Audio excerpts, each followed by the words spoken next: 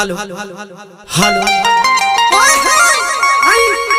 देखिए भैया, साल भर पर एक बेर माई आवेली हमनी के घर, हमनी के गाँव में, हमनी के बाजार में। सबे दिनों श्रद्धा से अपना मन से पूजन करेला। और जब की नौवा दिन आवेला तो का बीतेला हमनी के मन पर, आ कैसे माई के विदाई करे में दिक्कत होला, आ हमनी के रुवाई छिपौले से ना छिपेला।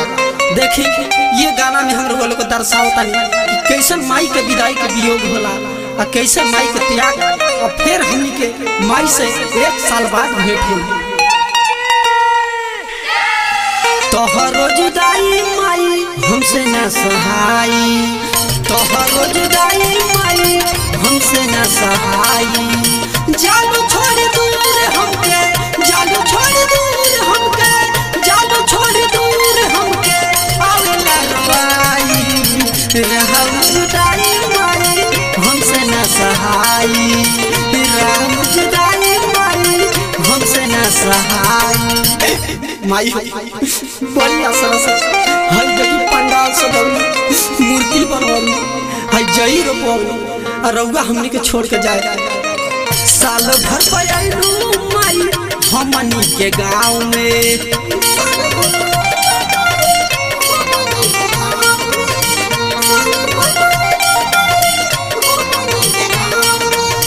साल भर पे आइलू माई हमनी के गाँव में। झुलुआ लगवले बानी, झुलुआ लगवले बानी, झुलुआ लगवले बानी, आवता रोआई। तोहरो जुदाई माई हमसे न सहाई, तोहरो जुदाई माई अब न सहाई। हेलो, बहुत बहुत रुपया का पुरस्कार बा हमारा मासूम भैया के तरफ से। वहाँ के घर लक्ष्मी जी के आगमन भइल बा, माई के आँख खुलल तो देखी कितना बढ़िया, कितना सुंदर लक्ष्मी आइल बड़ी। दिलावा के दर्द माई कितना छुपाई,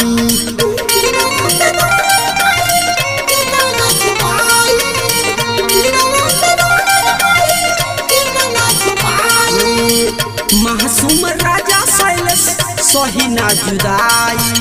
धनु धर्मेंद्र कहवा, धनु धर्मेंद्र कहवा, धनु धर्मेंद्र कहवा, अचरा सुख पाई। तोहरो जुदाई माई हमसे न सहाई, तोहरो जुदाई माई हमसे न सहाई। अंकुश रिकॉर्डिंग स्टूडियो, जादूपुर बाजार।